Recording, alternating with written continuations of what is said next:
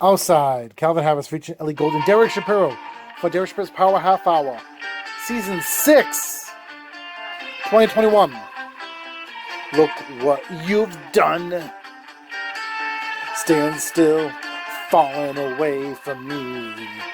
When it takes so long, fire's out, what do you want to be? Now I'm holding on. Myself was never enough for me. Gotta be so strong. Hello, Derek Shapiro, Power Half Hour for the month of October. I gotta be over here for the Elizabeth Montgomery. I'm Samantha. There's an event going on over here at the Guru, Gulu. Anyway, but over here is the Jimmy Genie, presented by TV Land. For the month of October here for the Derek Shapiro Power Half Hour here in Salem, Massachusetts. Hello, Salem. Hello, Woburn, Winchester, Burlington, North Andover, Lawrence, Methuen, and Winchester. And hello all over Rhode Island. And East Palms, Pawtucket, Rhode Island, Westerly, that airs extra days, Duluth, Minnesota, VinnyTheBoosh.com, DerekShapiro.com, DSSTV.com, and on RivRadio.co.com.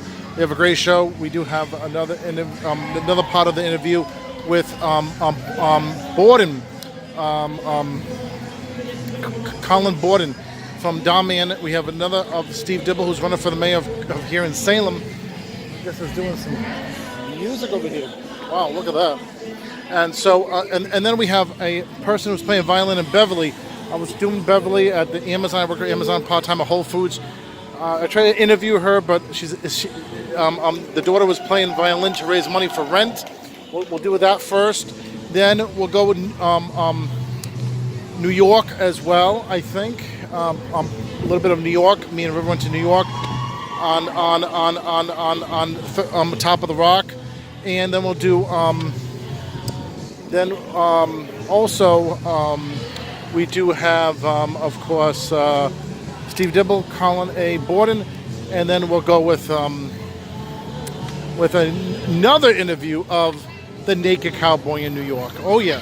And next month, by the way, November, we have Billy Gelman. I ran into him. We'll see what he's up to next month. Here's Derek Shapiro, Power Half Hour. I'm going to be from my cable show on Comcast. We're going to be on Top of the Rock. Riv. Yeah. We're going to be on Top of the Rock here, NBC Studios. Look at the view. We're on Rockefeller. We're going to be on Top of the Rock. Me, Derek Shapiro, and River. Look at this. Radio City Music Hall. Here, we're going to go on Top of the Rock. This is awesome. And it goes around. Goes around. Hey, I'm over here. Look at this bench. Me and River on. We have a nice lady taking a picture over here.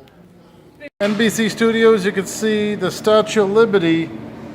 Let me put my finger right on the island over there. I'm trying to show the Statue of Liberty right down there. The island is the Empire State Building, the Hudson River. H&M. Look at this.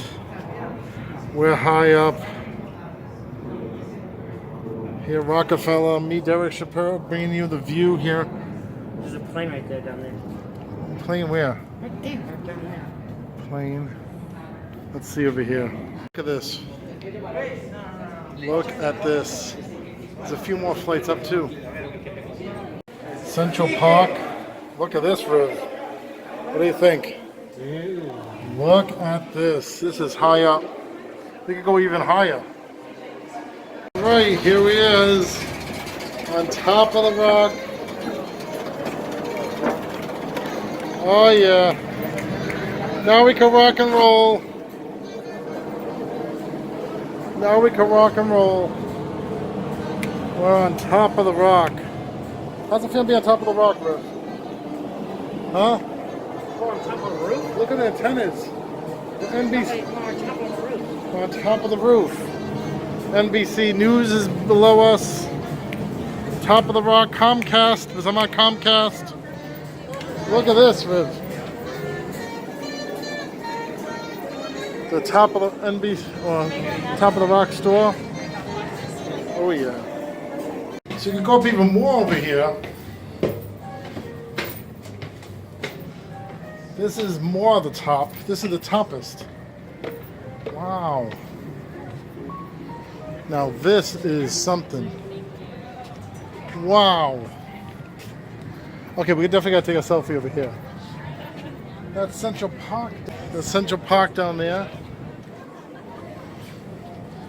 Wow.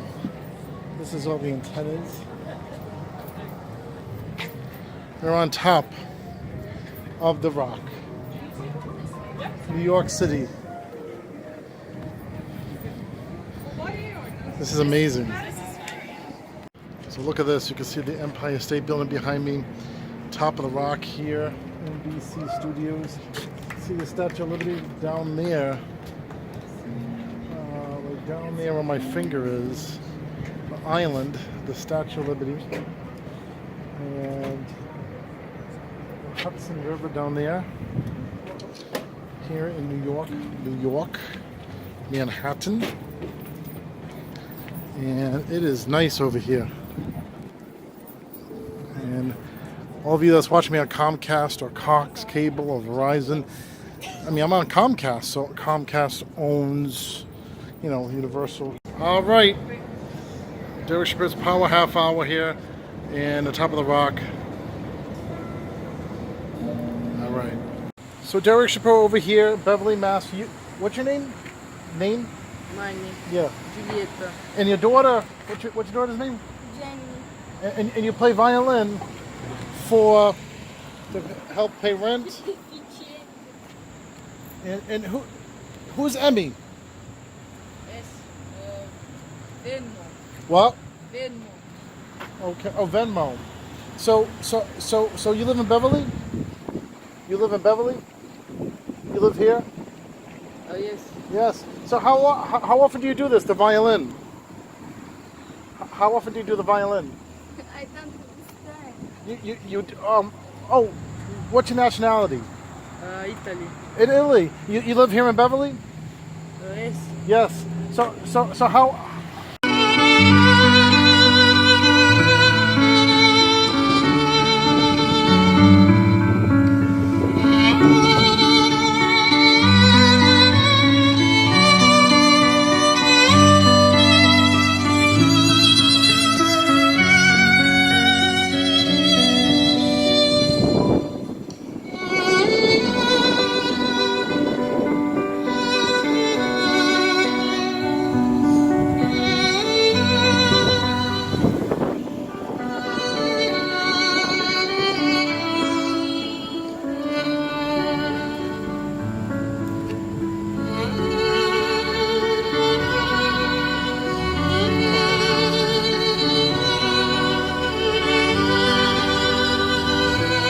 All right, so where John Turner built a house too, the House of Seven Gables. A lot of people toward this too. I guess it's haunted here in Salem, going towards Salem Willows down here. So you go to the the House of Salem Willows. I mean, House of Salem Seven Gables. House of Seven Gables, here in Salem, Massachusetts. More to come here on the Derek Shapiro Power Half Hour. We have more to come. Just want to do the middle of the show, and at the end of the show we'll go to another famous spot here in Salem, Massachusetts. The month of October here. Hopefully you're enjoying the show. More to come. Also, if you win as mayor, you're coming in during the spike of the Delta variant. Yes. How do you plan to handle this COVID in the COVID era? Well, when COVID first hit, people couldn't find face masks anywhere. Mm-hmm. And there's a big group of residents in Ward 7 that were making face masks, and they offered some to me to distribute. And then I recruited a bunch more to start making masks. Sounds kind of foolish, but that group allowed me to distribute over 5,000 masks to 5,000 houses in Salem. Wow. And Councilor Dominguez and we got hand sanitizer a few months later, and we delivered over about 9,000 houses in Salem have our hand sanitizer, and a lot of businesses. Wow. And now we're working on to get the teachers and students are now going to soon be required to go back to masks. Yep. So we're working on a plan now to get these nice face shields for the teachers and distribute them to all teachers in Salem who want them for free. Sure. So that's good. I see a problem and we find solutions. Sure. Okay. Now, also, you said that during Mayor Driscoll's run too, you said about principals Yes. not a large turnover. Absolutely. Well, Why is that? Well, what's going on now is a lot of micromanaging. Kim Driscoll has control of the city council. Now, there's 6 city councilors to do what she says: the school committee, the redevelopment authority, the housing authority, the retirement board, on and on. She's controlling and micromanaging everything in Salem. We need to have good people doing their jobs and let them do the jobs. Instead, it's the opposite way around. Many city employees at City Hall and other places, department heads, are leaving because of her. And one of them on the way out the door said to me, and I've known that person for a long time, they said, "I can't work for Kim Driscoll anymore. She's making me do things that I feel uncomfortable doing." Sure. So with regard to the schools, we have 8 regular schools in Salem: 6 elementary, 1 middle, 1 high school. Yes. And we have a couple specialty things going on. But with the schools, in under 3 years, 2.5 years, just over 2.5 years, in 8 schools, we've lost 21 principals. Wow. who came into Salem and didn't like it and moved on. Wow. One transferred within the city, but the rest moved out of Salem. One of them said very politely on their way out the door, "I'm thinking about doing something else. I want to spend more time with the family." And a couple weeks later, she's a principal in a budding town. Wow. 21 principals in 2.5 years. That proves that there's something. It's not a coincidence. That proves that there's something wrong. Wow. What is the wrong thing? Micromanaging. Just giving direction, having control. Kim Driscoll likes to have that control over everything. So that's why. About 8 or 10 years ago, she really changed and she stopped listening to Salem That's residents why. and liked that power. So you want to listen again, and you want to. I've always listened. You always listen, but you want that good voice communication in City Hall. Yeah. Also, one other thing. How are you going to attract national presence for Halloween? Because of course, this is not just a community city. This is around Halloween. This is like people come from all over the world. Yes. People come from Vermont. People come from Maine. People come from Florida. On Halloween. In New York.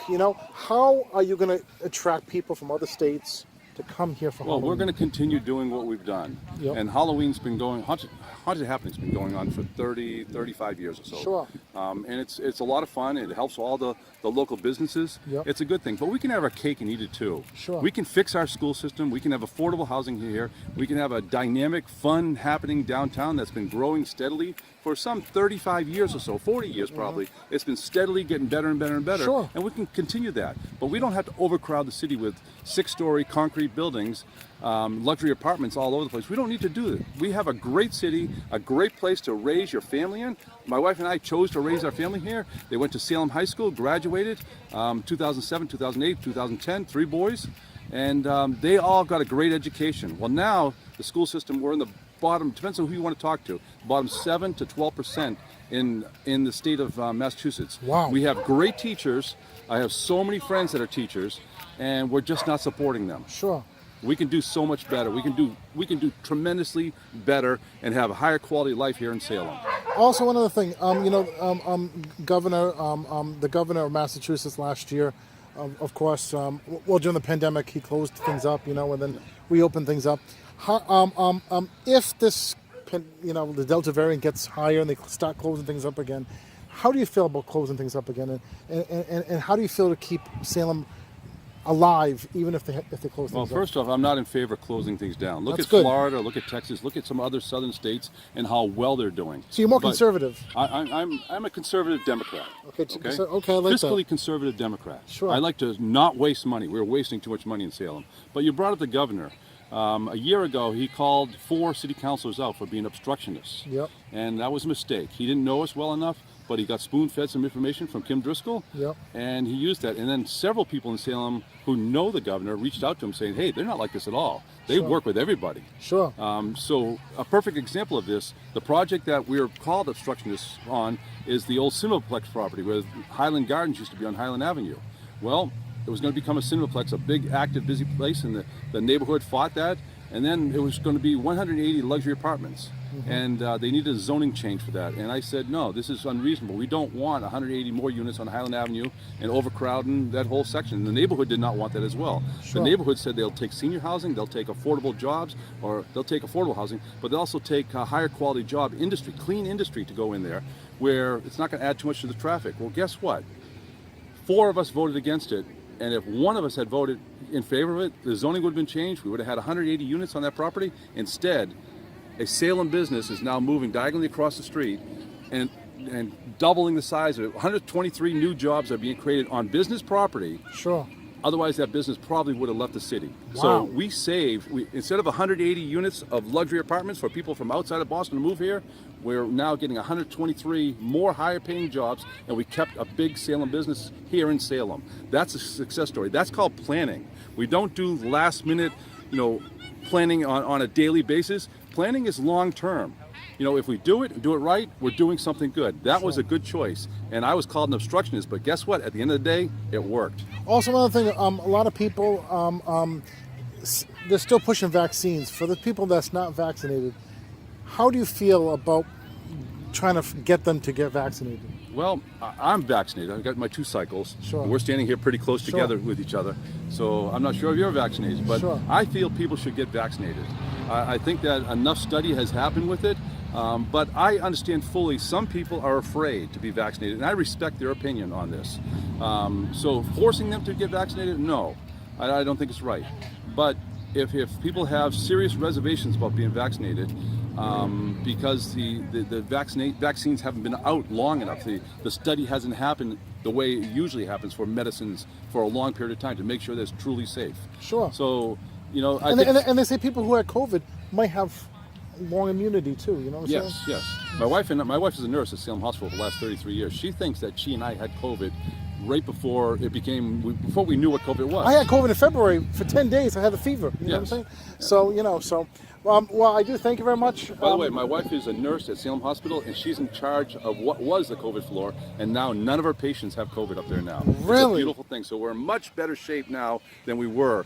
But because a year ago, all of our patients on the whole floor were on ventilators, and some of them not doing well. Wow. Very stressful for my wife, but she's a champion. She's one of my heroes. She is my hero. And what's her name? Jean Dibble. Hi, Jean. All right. Well, shout out to the nurse. Yes. Yes. All the nurses. We have all a the great nurses. North Shore Medical Center is a phenomenal hospital. Yes. We're lucky to have them here. Well, thank you very much, Steve Dibble, and I wish you good luck for the mail campaign. Thank you very much. Steve Dibble for mayor. Thank you. Yes. Is everything okay? Yes, yeah, I just came by to let you know that Jaden got a 100% on his math final. All right, so part 2 of this video, this interview. So, of course, I guess overall, you're like the Tom Hanks of Damian, huh? I'll take that, sure. Yes. What are some other actors and directors you look up to? That I look up to? Oh, that's interesting. I've always, this is going to sound very highfalutin or whatever, but I've always kind of had, I feel like some type of a connection to Christopher Nolan, and that is just because I've read interviews with him, and I've seen him interviewed, like in person. I went to a talk with him and Ron Howard, which was pretty cool. You talked to Ron Howard? No, Christopher Nolan was speaking with Ron Howard, and I was in the audience. Oh, okay. Yeah.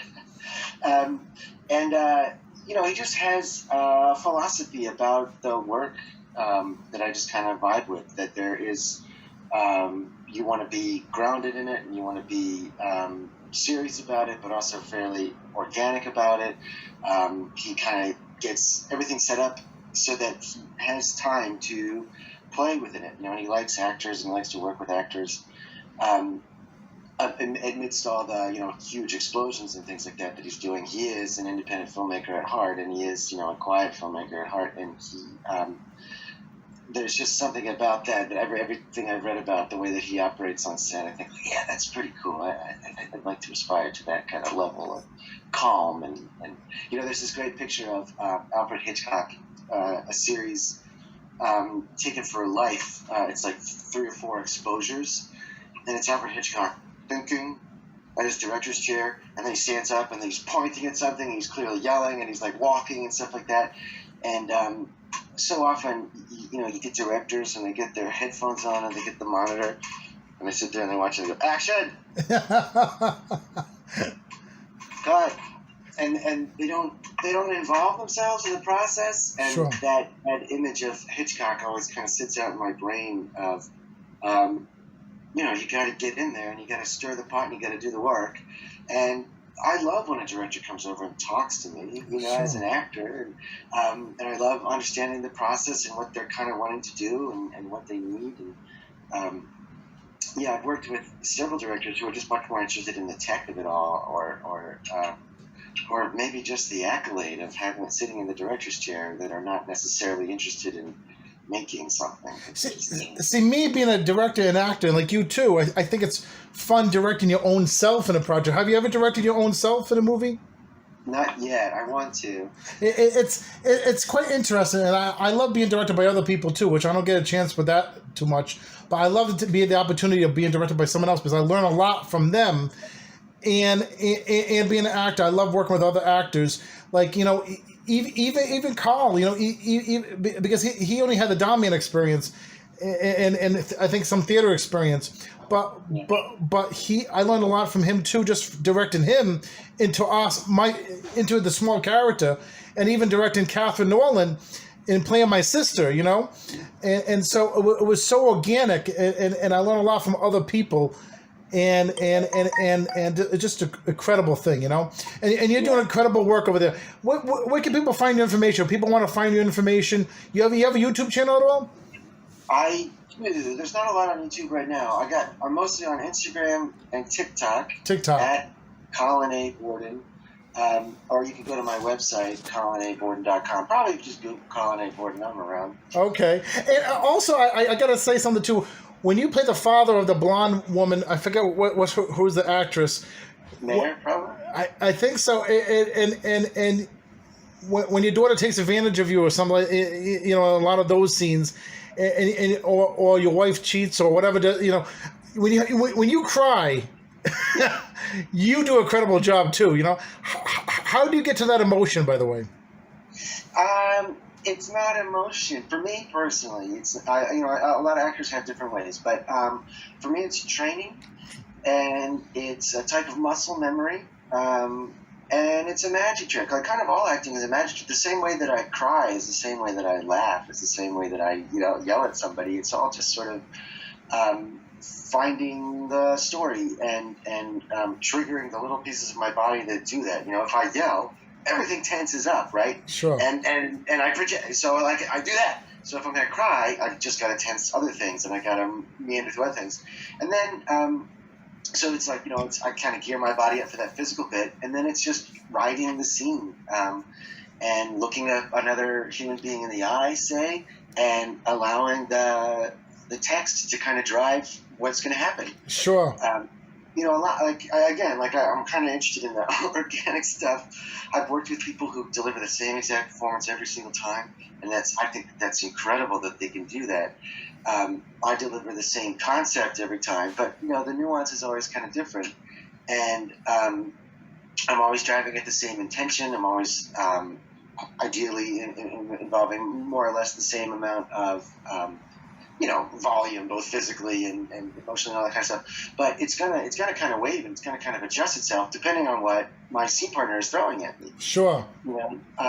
So if I can have the dialogue deep within me, and my intentions deep within me, then I can just play, and I can just sit there, and you and I can have a scene, and whatever you throw at me, I can throw back at you, with a little bit more, and then you're going to throw back at me, and then I'm going to throw back at you, and suddenly, we're both weeping, and it just happened. We didn't have to sit there and, listen to exactly. Exactly.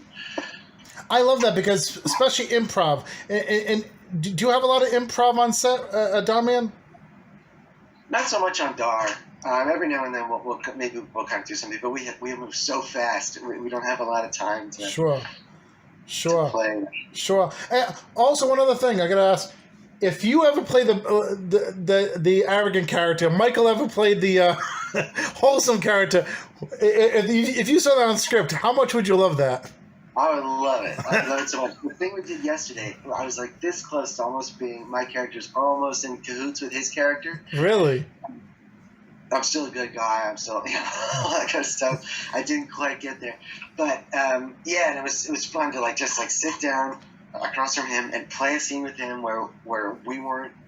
The transaction wasn't good and evil, you know what I mean? Sure. We were just the two characters were enjoying each other in the moment, and that was really fun. But yeah, I'd love to yell at Michael. Or Sure. tell him to Hey, go clean my Porsche or whatever we would do. next time you see Michael, say you shared a chicken parmesan with me. See if he remembers that, because we talked about chicken parmesan in the last interview. You know. Well, thank you very much, Colin. Thank you very much. And for being part of my radio show and my cable show, and this is online and it's cable in Duluth, Minnesota, Rhode Island, Massachusetts, on VinnyTheBooch.com in Atlanta, and DerekShapiroShow.com, and you're on my son's website too, RivRadio.GoDaddySites.com and DSSTVNation.com. Thank you very much. Thank you for having me. Yes. Derek Shapiro to tell you that Friday, October 1st at midnight, Zombie Part 3 comes out. Executive produced and written by me, Derek Shapiro, and River, as well as starring myself, Derek Shapiro, and my son, River. Wake up, Jason. and Walter. Yes, we are the Zombie Twins. And starring Vinny the Booch Bucci. This whole zombie thing is getting crazy. And you can't forget about Serenity Rose and Bruce. You know why you returned the kitten? Why? Because the zombies in my apartment. There could be, because every year there's been zombies.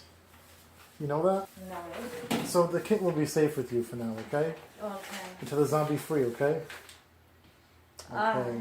Hopefully there's no zombies, right? That's what I gotta do. This is your husband? He ain't gonna walk. Looks like my twin. And starring Dylan Schneider. Hey, Walter, what are you even doing here?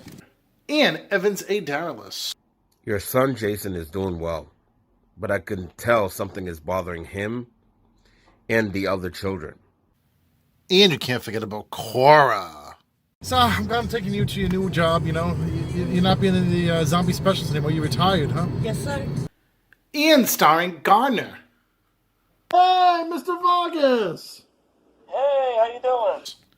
And starring my parents, Howard and Janice Shapiro. Dad and Mom are here. Also featuring Trina C. and New Nova. Hold on. This is zombie alert, everyone. Also guest star on the late Henry Nacho Lawn. Mr. Henry Nacho, it's me, Walter. So I need your advice how to get rid of these zombies. Get rid of the zombies. You know what to do? Take them to Wahlburgers. Catch my song, The Zombie Song. Oh, if I were a zombie, never eat your brain. Coming out at midnight on Friday, October 1st on movieinternetchannel.yolosite.com and movieinternetchannel.go.com and on youtube.com. Just put in Zombie Part 3 movie Derek Shapiro at midnight, October 1st. Derek Shapiro here in New York City. I just want to say the Naked Cowboy is here. And hey, I just want to say something from my cable show too. You're a great guy. And I called you up a few months ago when you got arrested. I'm glad you're back. I'm glad you're here. I'm glad, people should not give you a hard time. They don't. Yeah, I love you. You know what I'm saying? He's a staple of New York City, the Naked Cowboy. Well, if you really want to live, feel the way I feel. You've got to whip out your balls of steel. If you really want to live, feel the way I feel. You've got to whip out your balls of steel. I have balls of steel, the Naked Cowboy. Do you have balls of steel? Raisins. Raisins? Raisins of iron. Raisins of iron. All right. Hi, I'm River Shapiro. Yes, so we're here in Salem over here. Witches. So River joined me for the end of the show. Yep. And this is Salem Witch Museum. Who be Halloween filming over here? Yes, with Adam Sandler. And actually, we filmed over here too, but the YouTube thing got deleted. But want to say thank you. It's like early evening now. Yep. And you weren't on the beginning part of the show, but But I showed you in Boston. I mean, in New York on the what do you call it? The Top of the rock. Top of the Rock. Thank you very much. Catch me weekdays, Monday through Friday, D Sharp in the morning, 6 to 9. Derek Shapiro Show.com, Linda Channel 1, RivRadio.go.ss.com, DSSTV.com, VinnyTheBoosh.com, GossipTV.yoloset.com, GossipTV.go.ss.com, and on DSS Internet Talk Radio.yoloset.com, DSS Internet Talk Radio.go.ss.com. Boochie.com. No, VinnyTheBooch.com. VinnyTheBooch.com. From Salem, Massachusetts. Yes. Take it easy. Have a great Peace month. out. We'll see you in November. Peace out.